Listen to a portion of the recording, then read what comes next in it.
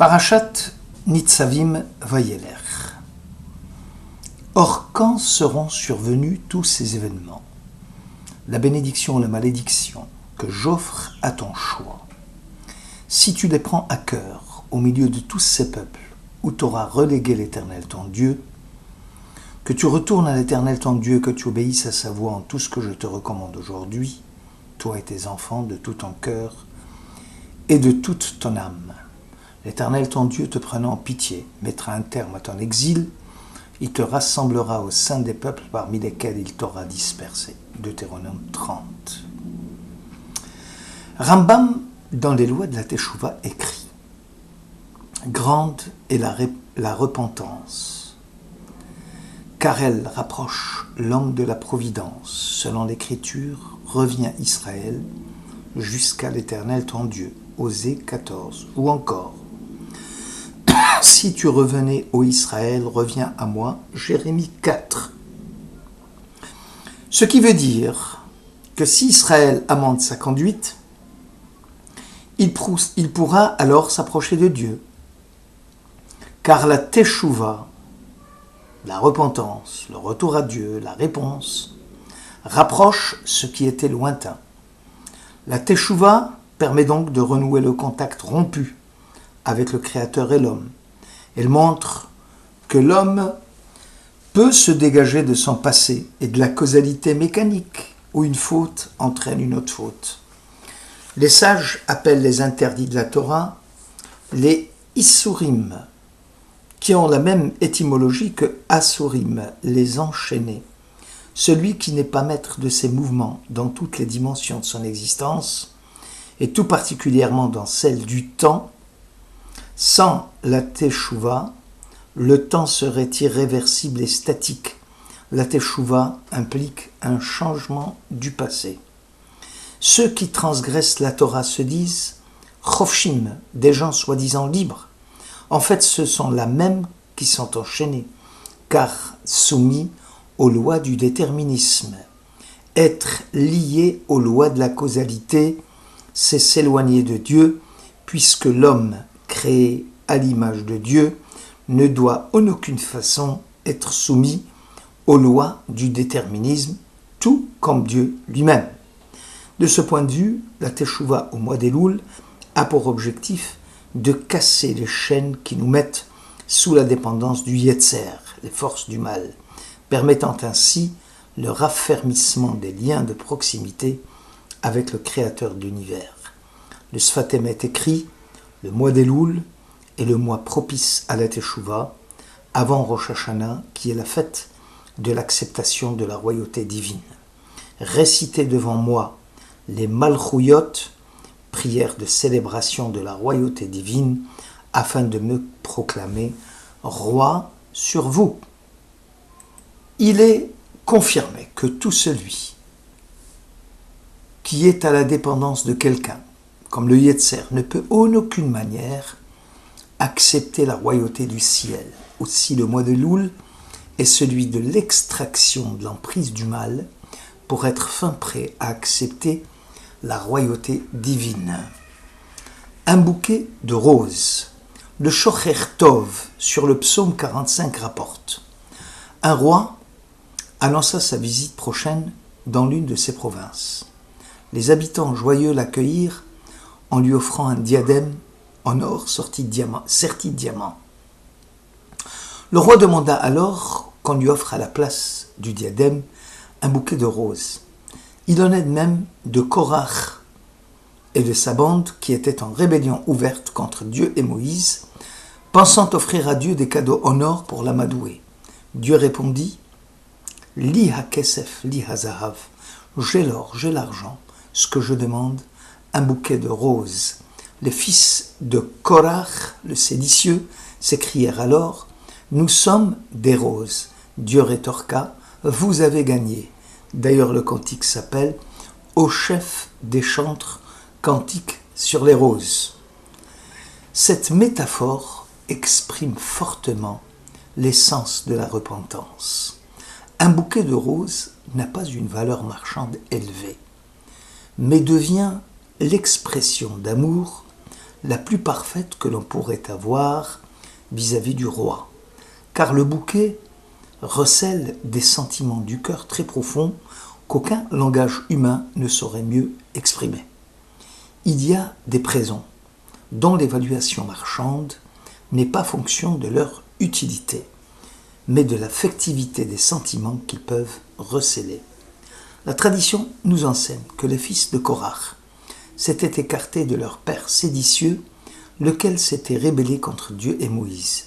Dieu dit alors qu'il haïssait l'or et l'argent des rebelles, mais acceptait la teshuva des hommes, comparable à un bouquet de roses.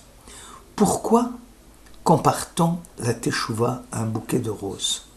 D'abord pour montrer le renouvellement des liens qui désormais vont attacher l'homme à son Créateur. Le repentant méritera l'illumination du visage du roi à son égard, c'est-à-dire une profusion de bénédictions entre l'homme et la nature. Je suis à mon bien-aimé, et mon bien-aimé est à moi, le berger des roses. Siftet Tzadik rapporte que selon le Cantique des Cantiques, Rabbah, chapitre 2, la rose a une particularité. Elle est fragile et odorante. Dire que Dieu est le berger des roses signifie qu'il s'adresse aux personnes dont le cœur est tendre comme la fleur du rosier. Les rapports entre Dieu et Israël sont définis par des nuances changeantes, de la rose aux 13 pétales, comme la rose au milieu des ronces. Telle est ma bien-aimée parmi les jeunes filles, Cantique 2. Qu'est-ce que la rose? C'est la communauté d'Israël, telle la rose parmi les ronces, qui loge le rouge et le blanc. La communauté d'Israël comporte ensemble rigueur et tendresse. Telle est la rose couronnée de ses 13 pétales. La communauté d'Israël comporte les 13 mesures de tendresse qu'il aborde de toutes parts. Ainsi, le mot Elohim du verset initial de la Genèse émit 13 mots pour ceindre la communauté d'Israël et la protéger, selon le Zohar. Dieu avait émis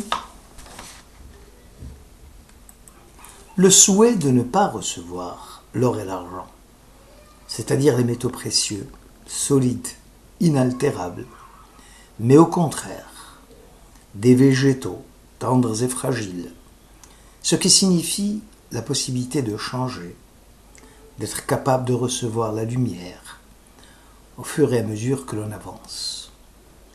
Le roi d'Israël m'a amené dans ses appartements. Cela résume l'essence de la teshuva. L'homme entre ainsi dans le palais et se met en quête de Dieu, de pièce en pièce. La quête est sans fin, jour après jour, mois après mois, année après année. Nous avons dit que Israël était comparable à la rose aux 13 pétales, qui correspondent aux 13 mesures de tendresse. La rose aux 13 pétales est semblable à la communauté d'Israël, qui comporte les 13 mesures de tendresse qu'il aborde de toutes parts. Ces 13 attributs de la compassion divine montrent combien le Saint béni soit-il est prêt à accepter la teshuva des hommes et à leur pardonner leurs transgressions. Dieu conduit Israël comme le ferait le berger qui mène le troupeau avec tendresse et amour. Ismach Israël recommande à chacun d'être le récipiendaire des luminaires qui jaillissent des 13 contenants de la tendresse divine. Obligation est faite à l'homme de faire coïncider la forme humaine avec la forme de celui qui l'a créé. Chaque homme doit pouvoir travailler de toutes ses forces pour ressembler au Créateur et se montrer tolérant vis-à-vis d'autrui en utilisant les moyens mis à sa disposition, les 13 mesures de miséricorde de Dieu. Il y a une relation de réciprocité entre Dieu et l'homme. Si ce dernier se montre bienveillant à l'égard d'autrui, Dieu le sera aussi à son égard et inversement. Ici, l'essence de la teshuva, c'est un changement d'objectif qui n'est possible qu'au prix d'un bouleversement de nature cette fois-ci subjective. Il faut que l'homme sorte des limites ordinaires de son moi. Il faut qu'il rompe avec toutes les limites imposées par l'habitude.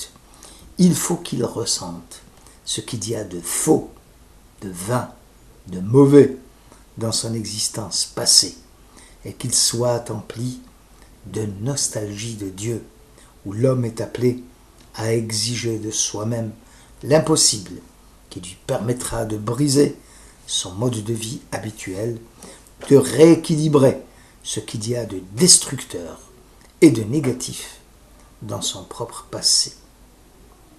Reshit Chochma explique ainsi la manifestation du divin au moment où Moïse lui réclama de lui montrer sa gloire.